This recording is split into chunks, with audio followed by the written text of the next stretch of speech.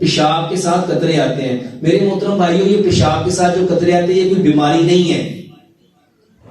یہاں پہ اس کا نام رکھ دیا گیا جریان. پوچھو جریان کیا ہے؟ جریان کا مطلب ہوتا ہے جاری ہو جانا. تو کیا یہ بیماری ہے؟ دیکھو نبی صلی اللہ علیہ وسلم نے فرمایا ایک منی ہے جب وہ آئے تو اس کے اوپر غسل کرو.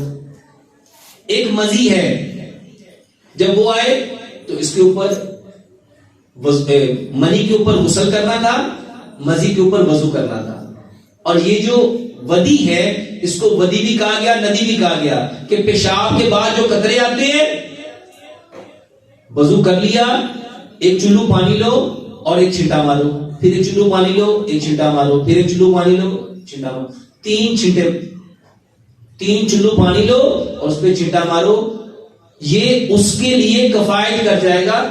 اب آپ نماز پڑھو, اگلی نماز کے لیے دوبارہ سے وضو کریں گے اور پھر سے چھینٹا ماریں گے. اور جو پیشاب کرنے کا صحیح طریقہ ہے جو میں نے اکثر بتاتا ہوں کہ نبی صلی اللہ علیہ وسلم نے تو کوئی عمل چھوڑا ہی نہیں. تو جب پیشاب کرو بیٹھ کے کرو, اپنے پاؤں کے بل بیٹھ کے, جب آپ 35 کے اینگل میں بیٹھ کے زمین پہ بیٹھ کے آپ یورین پاس کریں گے تو آپ کے جو بیلی کے مسلز ہیں اس پہ تھائی کے مسل پریشر بلڈ اپ کریں گے. اپنے پاؤں کی کیڑی اٹھا لو اور اپنے ہاتھوں کو یوں رکھ کے پیشاب کرو, یقین جانو سارے کا سارا یورین نکل جاتا ہے. پھر بھی محسوس ہو.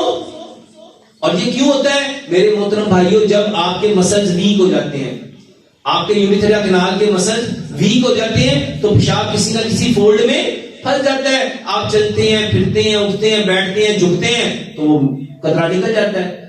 جب پیشاب کرو اپنے اعضائے تناسل کو جھاڑو.